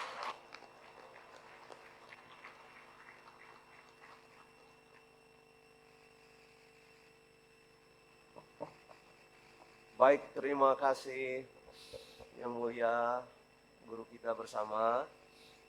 Kita akan buka, kita punya waktu kurang lebih 15 menit dari sekarang. Kita sampai jam 8.30. Kita akan buka pertanyaan, dan karena ini terdiri dari 4 lingkungan, kita akan bagi. Ya. Pertama lingkungan umum, lingkungan agama, kemudian yang ketiga dari TUN, yang keempat militer. Yang pertama kami mohon wakil dari lingkungan umum, angkat tangan. Yang umum ya. Baik. Mic-nya mana mic-nya? Yang umum. Silahkan. Sebutkan nama kelas. Assalamualaikum warahmatullahi wabarakatuh. Perkenalkan, nama saya Iksan Muhammad. Siapa, Pak? Dari kelas A, Kelas A. lingkungan umum dari Pengadilan Negeri Pekanbaru. Namanya? Iksan Muhammad, Pak. Izin Pak Kiai, saya ingin bertanya. Jadi saya pernah hidup berdampingan dengan masyarakat adat asli. Pada saat itu mereka selalu menerima bantuan dari Islam yang ingin memberikan bantuan, kemudian mereka masuk Islam. Kemudian ada yayasan Katolik memberikan bantuan, mereka masuk Katolik juga. Begitupun selalu bergantian. Nah, sementara di satu sisi yang lain, saya juga pernah hidup dengan masyarakat yang tingkat spiritualitasnya tinggi. Selalu beribadah, selalu sholat, namun kehidupannya tidak pernah merasa cukup. Sementara masyarakat yang tidak mempunyai jiwa spirit yang seperti tadi, tapi mereka cukup hidupnya untuk makan menurut mereka. Nah, jadi pertanyaan saya, bagaimana untuk sebagai seorang hakim ini ke depannya kita bisa memenuhi tingkat kecukupan itu dari spiritualitas. Terima kasih Pak Kiai. Baik, terus untuk teman kita. Kemudian kami persilahkan dari wakil agama. Yang belum, yang tadi sudah nggak usah. Yang pakai peci, yang depan pakai peci, silakan. Sebutkan nama dan nomor. Assalamualaikum warahmatullahi wabarakatuh. Ya, selamat malam, selamat sejahtera bagi kita semua. Izin Pak Kiai, nama saya Rizka Ulia Muslim dari Pengadilan Agama kelas C. Yang saya ingin tanyakan adalah bagaimana cara membina spiritualitas hakim gitu untuk menentukan sebelum mencari hukum tasri'nya itu, bagaimana kita bisa menilai kebenaran itu bahwa oh ini yang benar nih gitu. Karena saya pernah dengar dulu ketika ngambil metode penelitian hukum disampaikan oleh dosen saya Bapak Busra Mukodas, beliau bilang pada akhirnya seperti ini, hakim itu harus mempunyai spiritualitas yang tinggi. Contoh temannya Pak Busra itu ada seorang hakim yang setiap malam mau memutus, ini bukan agama, jadi ketika setiap malam mau memutus sebelumnya spiritualitasnya itu ritusnya itu dia selalu mengusap-usap ularnya katanya.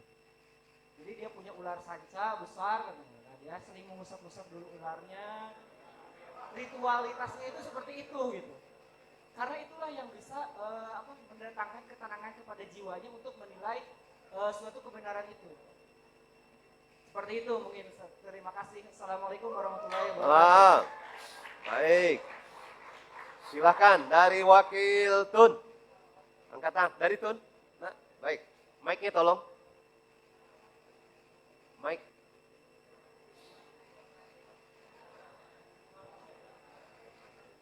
Terima kasih.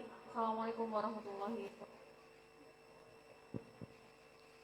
Mohon izin Bapak, saya Fitriana Kasiani dari kelas Peradilan Tata Usaha Negara. Namanya siapa? Fitriana Kasiani Bapak, mohon izin.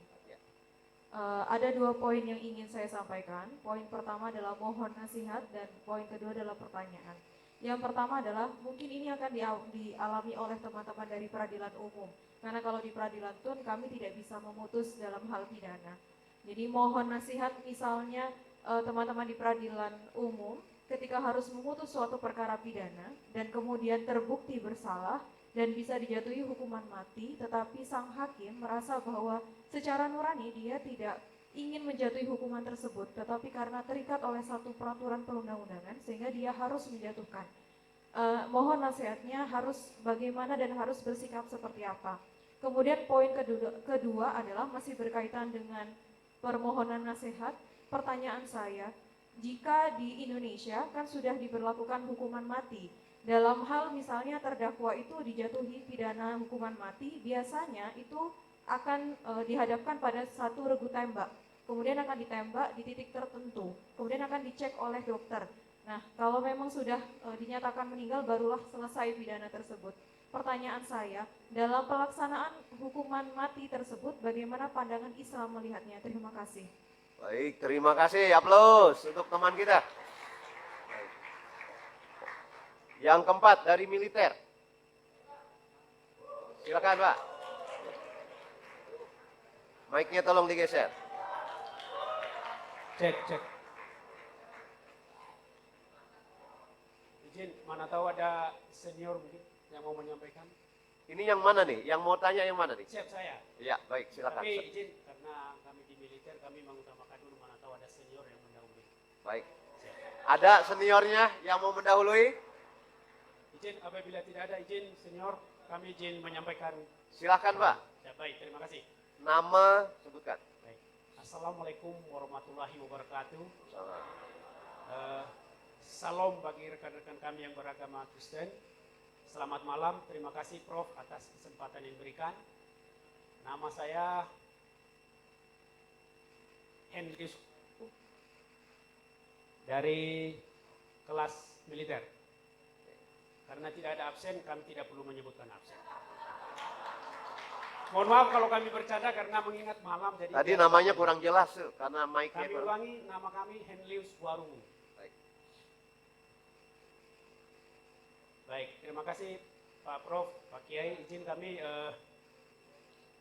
menyampaikan alurnya dulu biar tidak salah nanti prolog kami bertanya. Tadi kami sangat menarik penyampaian dari Prof itu terkait mana yang kita memilih apabila terjadi sesuatu, apakah hukum alam atau hukum yang ada.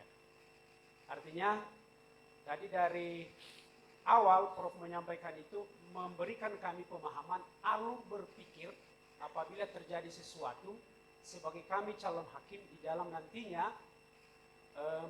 menemukan suatu masalah untuk menentukan sesuatu hukuman. Yang perlu kami tanyakan di sini Prof,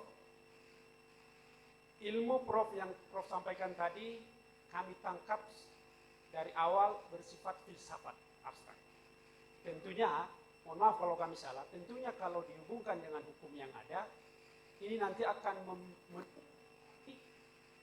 untuk berpikir bagaimana menentukan sesuatu yang belum ada ataupun sesuatu yang sudah ada dihubungkan dengan hukum yang ada di dalam memutus sesuatu untuk kepastian hukum.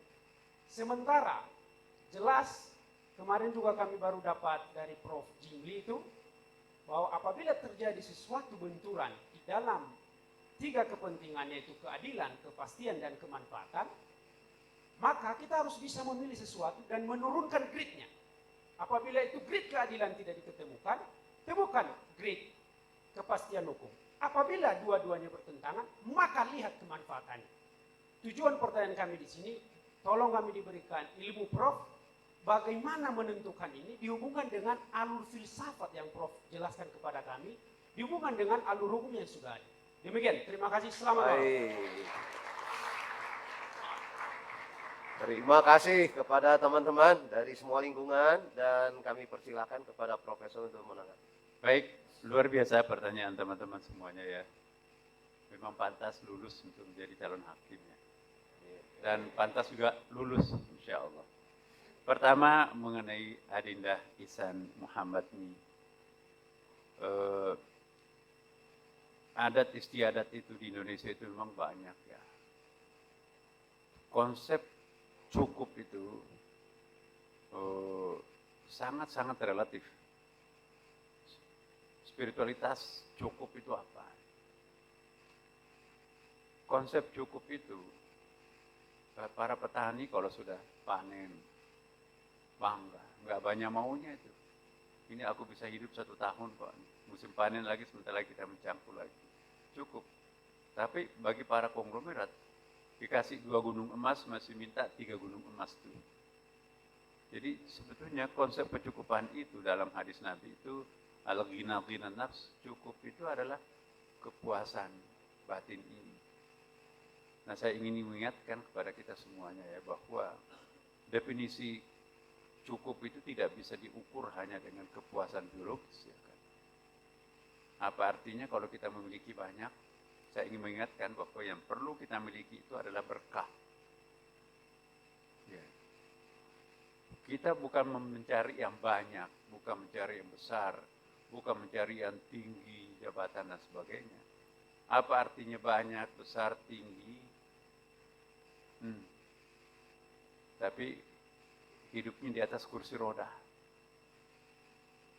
Kata dokter pribadinya, Pak jangan makan nasinya, ini kan gula tuh. Udah, begitu mau makan satenya di atas di depan meja, Pak jangan makan ini, over kolesterol nih. Sayur, jangan Pak, ini asam uratnya sangat tinggi ini. Udah kopinya, Pak jangan pakai gula Pak, gula. Coba, uangnya banyak, hidangannya di depan banyak, tapi semuanya nggak boleh dimakan.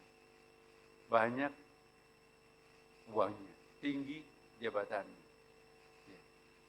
Anak pertamanya autis, anak keduanya narkoba, anak ketiganya di penjara. Nah, kurang apa dia? Banyak, tinggi, besar. Tapi ada orang, ya, dia konsisten, istiqamah. Yang hakim lain punya rumah banyak, punya mobil banyak, dia tidak. Kenapa? Karena dia nggak mengambil yang bukan haknya. Konsisten, istiqamah. Cukup dengan begitu. Benar. Sudah 100 tahun yang lalu wafat, masih dipakai namanya menjadi aula serbaguna. Siapa kita? Mana yang kita pilih? Choice, the best choice itu adalah berkah. Yang berkah itu tidak perlu banyak, tinggi dan seterusnya, tetapi punya keberkahan.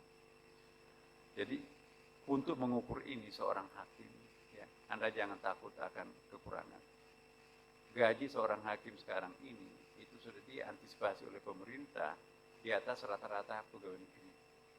Jadi kalau kita mau mengambil dari sisi yang lain, nah ini hati-hati. Kadang-kadang sebetulnya menurut kita itu halal, tapi itu minum keringatnya orang lain itu menjadi kurang berkah nanti. Sudah selesai kok perkaranya saya dikasih, ya, tapi uang pemberiannya itu adalah harus menjual rumahnya, harus menjual sawahnya, kemudian menjadi petani penggarap. Kita menikmati sesuatu yang sangat berkelebihan, sementara yang punya itu kembali menjadi pailit, malapetaka dan seterusnya. Jadi moralitas di sini nggak ada berkah. Kemudian Adinda Rizky, saya tadi kaget juga mengelus-elus ularnya, ular apa gini ya. Ya. Untung disebutkan ular sanca ya kan. Jadi setiap malam mengelus-elus ularnya. Nah, jadi ular sanca maksudnya ya, ular pemeliharaannya itu. Nah jadi gini,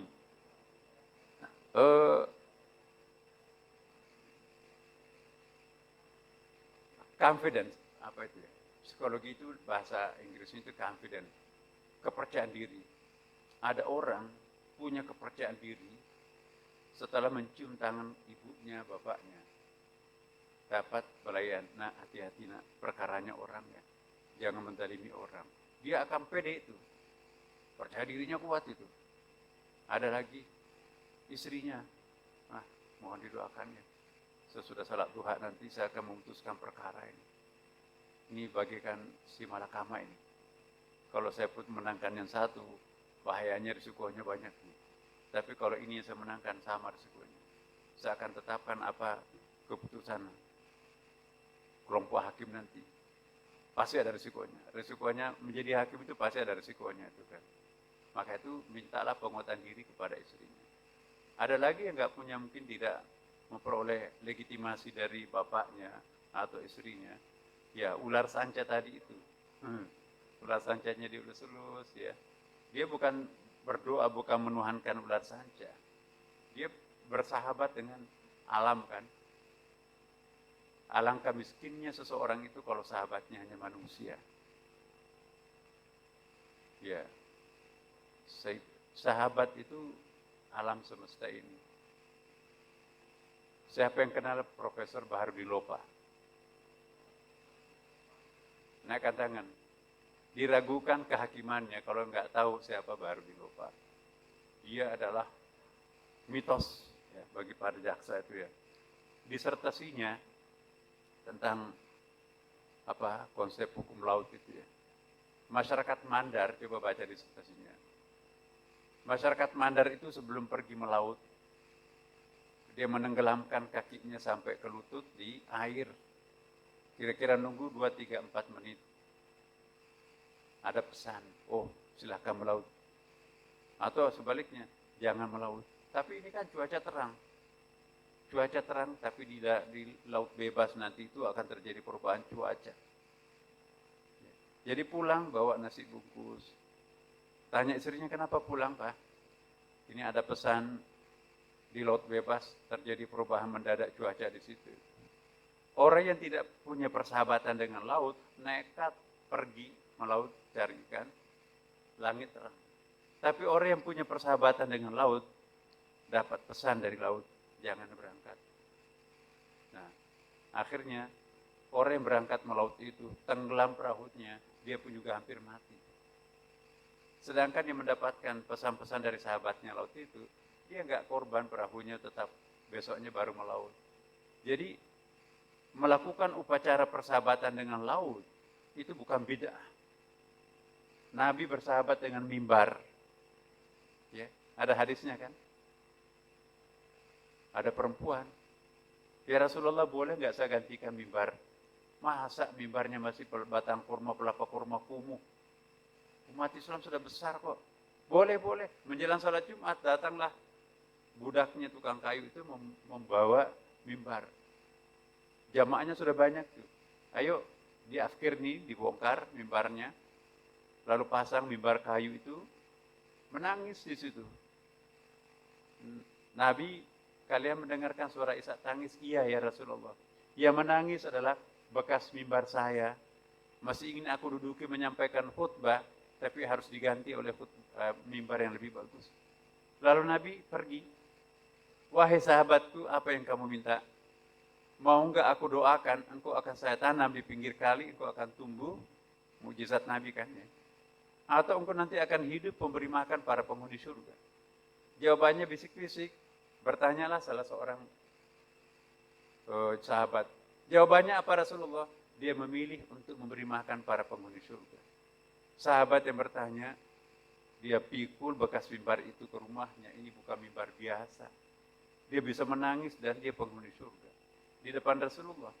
Jadi memelihara barang antik, bersahabat dengan alam, itu bukan bid'ah. Tidak ada benda mati kan? Nah jadi memperoleh legitimasi, memperoleh kekuatan batin. Ya. Yang penting jangan menyembahnya itu kan. Ya. Ada foto ibunya ya, karena sudah almarhum. Ibu, engkau memberikan aku sugesti, energi, legitimasi. Aku akan memutuskan perkara. Ya. Begitu dia putuskan perkara, dia lupa. Aku lahir tanpa sehelai benang kok. Masa aku takut kelaparan kalau memutuskan ini? Begitu ketok palunya, marah semua orang, nggak peduli.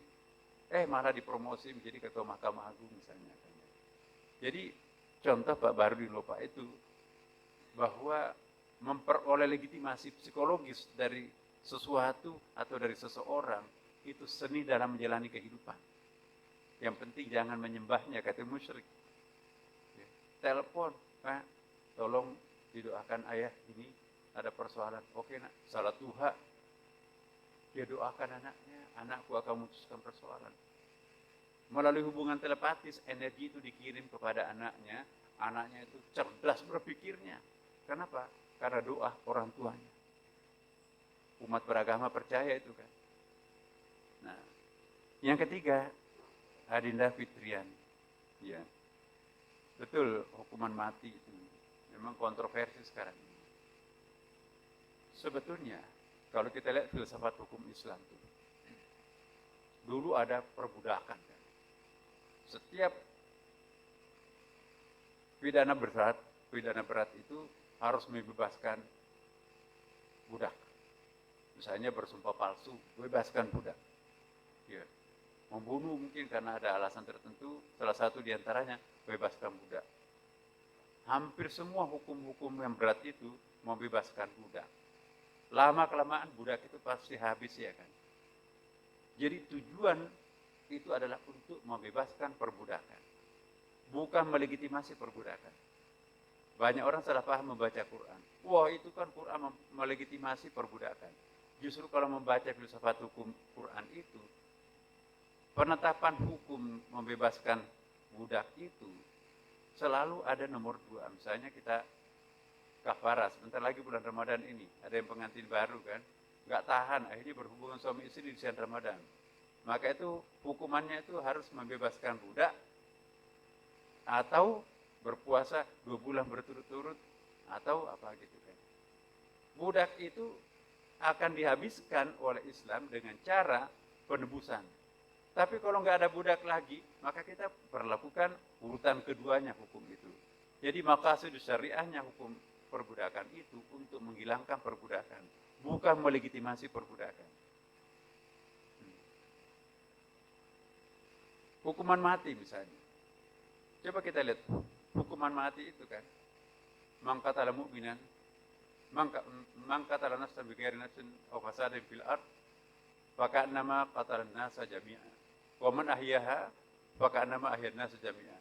Barang siapa orang yang membunuh bukan karena dia telah membunuh atau bukan karena dia merusak keonaran ya, membuat keonaran, maka itu bagaikan membunuh semua nyawa yang ada.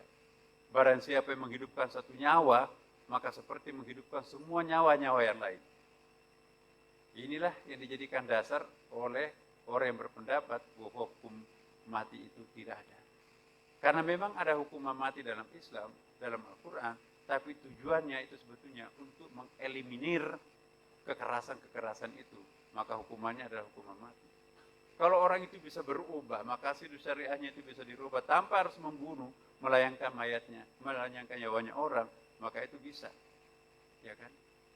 Nah, kalau orang itu dihukum mati, tidak ada kesempatan bertaubat. Kalau ada celah untuk hidup, maka dia punya kesempatan untuk bertaubat. Barang siapa yang menghidupkan satu nyawa, seperti menghidupkan nyawa yang lain.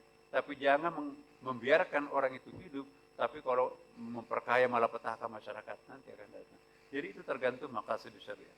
Jadi nanti filsafat hukumnya nanti akan menjelaskan itu ya. Seirama dengan itu Adinda tadi dari hukum militer ya, betul. Nah, itulah justru filsafat ini penting di dalam ilmu hukum, dalam hakim ini. Seorang hakim tidak punya penguasaan filsafat hukum, tidak menguasai usul fikih, hanya menguasai fikihnya sendiri, itu malah berbahaya. Ya. Contohnya, kalau tidak punya usul fikih, as-sariq was-sariqah faqta'u aydiyahuma. Pencuri laki-laki dan pencuri perempuan, potong tangannya, itu kan tegas kan? Itu sarih. Tapi di sini bisa kita lenturkan ayat ini menjadi filsafat atau maqasidnya itu. Mana as-sariq? As-sariq di situ kan tidak semua hanya mencopet atau mencuri terpaksa. Apakah harus dipuntungkan tangannya? No, dia terpaksa kan? Ada dalilnya. Umar bin Khattab itu tidak menghukum potong tangan. Padahal Umar itu salah seorang yang dijamin masuk surga tanpa pemeriksaan. Hadis sahihnya Nabi. Nah, jadi as-sariq was-sariq faqta'u aydiyahuma. Pencuri laki-laki dan pencuri perempuan. Faqta'u dari akar kata qata' artinya memotong. Memotong itu dalam lisanul Arab, bahasa Arab itu qata' bisa berarti memuntungkan tangan, bisa juga berarti bisa berarti melumpuhkan, bisa berarti menjinakkan. Nah, jadi ini ijtihad kita membuat penafsiran. Kalau hukum Islam itu hukum potong tangan. Ya, kata siapa? Kata Quran, faqta'u aydiyahuma. Kata-kata ada di situ. Nah, bisa diartikan melumpuhkan. Pencuri laki-laki dan pencuri perempuan, lumpuhkanlah powernya untuk mencuri. Bisa juga diartikan pencuri laki-laki dan pencuri perempuan, puntungkan tangannya. Mana yang paling bagus? Ukuran untuk mengukur mana yang paling bagus, pertanyaannya adalah maqasidus syariah. Apa itu maqasidus syariah? Apa yang menjadi tujuan hukum itu? Seperti yang dikatakan sahabat saya, Pak Jimli, nah, senior kita, Pak Jimli As-Siddiq itu maqasidus syariah juga, itu dari PGA 6 tahun tuh pesantren. Jadi cara pemahamannya itu seperti itu. Nah, maqasidus syariah itu artinya apa? Apa yang menjadi tujuan umum daripada hukum itu? Kenapa hukum pencurian itu ditetapkan? Itu al-adalah. Apa itu al-adalah? Adil ya kan. Kemudian apa lagi tujuan kenapa kita melakukan penghukuman terhadap pencuri? Al-amanah, supaya terjadi keamanan. Ada orang saving sampai 10 tahun baru bisa beli mobil kijang. Ya. Tapi ada orang cuma 2 menit congkel bawa lari mobil kijangnya orang. Adil nggak itu? Nggak adil kan? 15 tahun saving, ini cuma 2 menit dapat kijang baru lagi. Yang kedua al-amanah, keamanan. Seluruh pemilik mobil kijang merasa nggak aman, ternyata gampang dan gampang dicuri. Jadi para pemilik mobil kijang tidak safe di sini. Jadi tujuan penetapan hukum pencuri itu, sanksi pencuri itu agar tercipta keamanan, tercipta keadilan, al-adalah wal amanah. Itu maqasid syariah. Nah sekarang cara membaca ayat begini, pencuri laki-laki dan pencuri perempuan, mana yang paling mendekati maqasid syariah? Kalau tekstualitas, teks oriented, pencuri laki-laki dan pencuri perempuan, hei kamu mencuri ya? Iya. Potong tangannya, lepas. Ngamuk dia. Anak buahnya 1000-an tuh, preman tuh. Malah tambah tidak aman kan? Awas loh. Kamu puntungkan tangan saya. Atau kita lumpuhkan powernya untuk mencuri, simpan di Pulau Buru, jangan ditengok sampai 20 tahun. Terlanjur tua di situ, nggak punya power mempengaruhi, ditinggalkan teman-temannya juga. Ini masih bisa pakai handphone kalau dipuntungkan tangannya. Mana yang paling mendekati maqasid syariah, menciptakan keamanan dan ketenangan, ketentraman, keadilan, melumpuhkan powernya untuk mencuri atau memuntungkan tangannya? Ayo. Mana yang paling menjanjikan ketenangan, ketentraman, puntungkan tangan, atau lumpuhkan powernya untuk mencuri? Nah, itu sudah sekuler tuh, menurut orang-orang tradisional. Ya. Jadi teroris itu mengatakan, wah ini bukan negara Islam. Negara Islam itu kan harus potong tangan, di sini nggak ada yang dipotong tangan. Hukum Islam itu potong tangan, kata siapa? Kata Quran, itu terjemahan Anda seperti itu. Tujuan Islam itu, tujuan hukum Islam itu untuk mewujudkan maqasid, apa yang menjadi tujuan. Sepakat kan? Maqasid syariah itu. Al-ibrah bi maqasid syariah. Laisa al-ibrah bi umumil lafaz, wa laisa al-ibrah bi khususis sabab, walakin al-ibrah bi maqasid syariah. Itu usul fikih. Sama. Jadi teman-teman,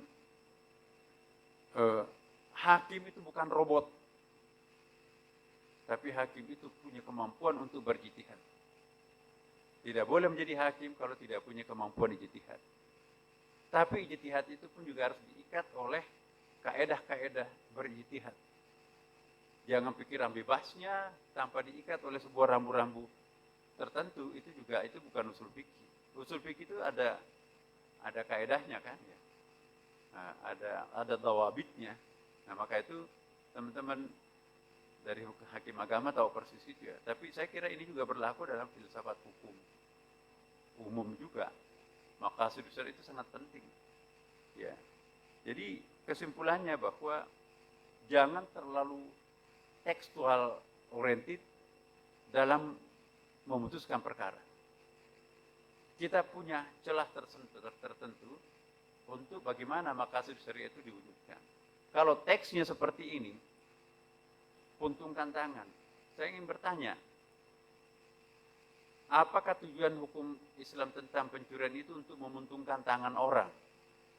Atau mengamankan orang, menciptakan keadilan dalam masyarakat? Mengamankan, menciptakan keadilan. Nah sekarang kita tanya, kondisi objektif di lapangan, memuntungkan tangan orang, apakah itu jerah? Atau kita taruh dia di dalam Pulau Buru di sana, nggak ada yang bisa nengok di situ. Mana yang bisa menciptakan ketenangan, keadilan dan seterusnya. Jadi tidak bisa kita katakan Indonesia ini bukan negara Islam karena tidak menerapkan hukum potong tangan. Jangan-jangan justru penjara itu lebih Islami daripada memotong tangan. Karena maqasid syariahnya kan lebih cepat di situ kan. Nah, hakim ini jangan ganda di sini, ragu. Menurut hukum Islam harus dipotong tangan, tapi kalau menurut hukum positif kita itu tidak dipotong tangan. Kalau Anda keliru seperti itu, Anda nanti akan stres. Hakim nggak boleh stres. Lebih baik berhenti jadi hakim kalau ragu. Pokoknya hakim itu harus jadi pemberani. Anda tidak salah kok. Qur'annya mengatakan seperti ini, koridornya dalam hukum Islam juga ada. Ada istisna ya kan? Istisna itu apa itu? Distinction, pengecualian. Nah, jadi jangan ragu. Wah, ini jangan-jangan saya sudah bukan muslim lagi. Masa memutuskan perkara secara sekuler? Tunggu dulu. Acuan Anda adalah maqasid syariah. Ini bertentangan dengan ayat kok. Potong tangannya, ini kok malah dipenjara. Ya, itu dalam ilmu balaghah ada namanya kinayah. Bahasa-bahasa simbolik, metafor. Ya kan? Karena itu sekalipun sudah jadi hakim, tetap harus banyak belajar. Membaca, dan terus membaca. Kalau perlu studi banding ke hukum-hukum Anglo-Saxon di daratan Eropa atau hukum hukum Amerika itu kan ada dua masa hukum juga berbeda itu ya.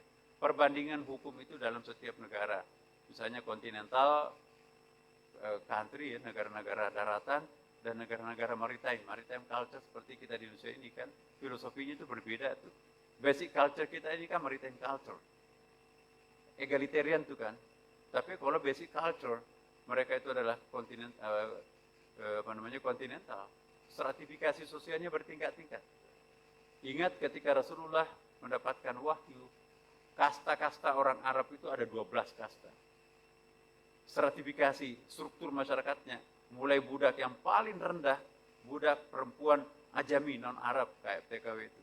Yang paling tinggi nanti kastanya itu, kasta ke-12 adalah orang Arab, bangsawan, laki-laki, bangsawannya Quraisy itu Bani Hashim. Wah, itu puncak tuh. Nah, bayangkan struktur masyarakat seperti itu. Maka itu yang boleh pakai penutup kepala atau jilbab itu ranking 6 ke atas. Yang 5 ke bawah nggak boleh pakai jilbab karena jilbab itu adalah pakaian kesopanan, kesantunan, kehormatan. Mengganggu perempuan yang tidak pakai jilbab hukumannya ringan. Tapi mengganggu perempuan yang pakai cadar hukumannya berat. Kenapa? Itu tokoh masyarakat, elit masyarakat. Itu baca bukunya Profesor Ibn Levi, itu, antropologi hukum itu. Bagus tuh. Nah, tetapi itu historical background itu harus dipahami pada ayat dan hadis. Nah, kita di Indonesia ini kan berasal daripada maritime culture ini. Maritime culture itu tanpa harus menggunakan kekerasan kok. Jadi saya ke penjara-penjara Saudi Arabia. Saya kapasitasnya ketua kelompok ahli BNPT teroris itu. Kita keliling.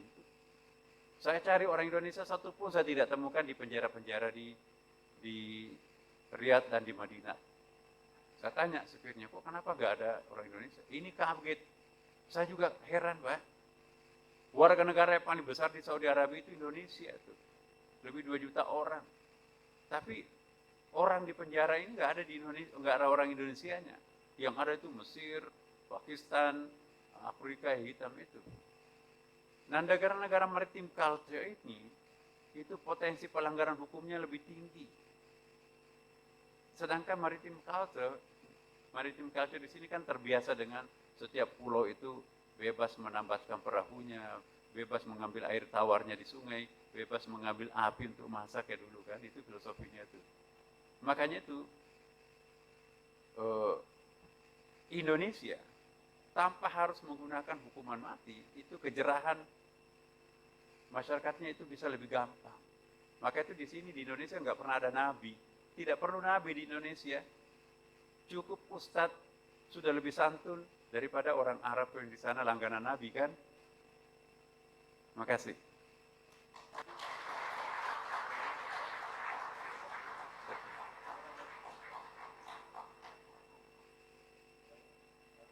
Teman-teman yang berbahagia, karena waktu yang membatasi kita, pertanyaan dicukupkan dan itu sudah mewakili dari 4 kamar kita, dan saya yakin bahwa masih banyak sekali pertanyaan-pertanyaan yang terpendam ya ingin tanyakan, namun mohon maaf karena waktu yang membatasi kita.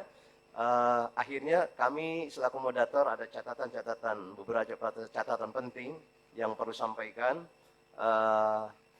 Yang pertama, dari session spiritual ini kita mendapatkan bahwa seorang hakim bukan hanya dia penting menguasai hukum formil dan hukum material, tapi dia juga harus memahami tentang filsafat hukum. Kenapa demikian? Karena filsafat hukum mempunyai peranan penting di dalam pembentukan dan penemuan hukum oleh hakim. Yang kedua, seorang hakim manusia. Manusia biasa. Artinya dia harus tunduk kepada dua hukum. Satu hukum takwini dan kedua adalah hukum syar'i.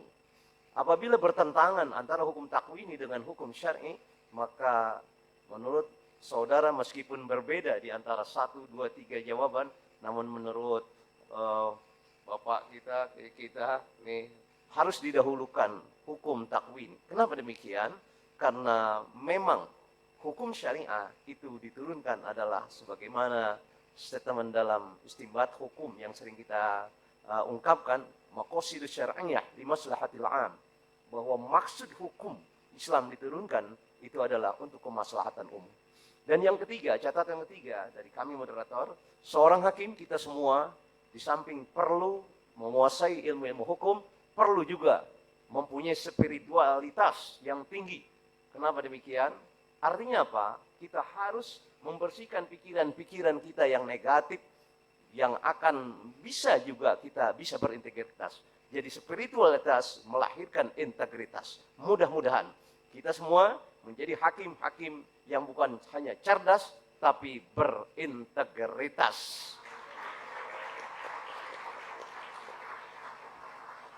Demikian closing statement yang saya sampaikan.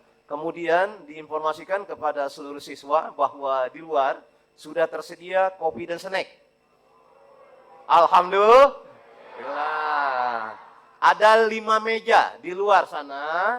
Nanti mohon komandan-komandan kelas memfasilitasinya sehingga tidak terjadi penumpukan-penumpukan. Komandan kelas mana? Siap? Baik. Silahkan nanti saudara keluar. Kemudian sudah disediakan oleh panitia. Santai saja, maka minum dan seterusnya. Kami atas nama moderator mohon maaf apabila ada kurang dan khilaf. Terima kasih atas semuanya dan mari kita beri aplaus meriah untuk narasumber kita.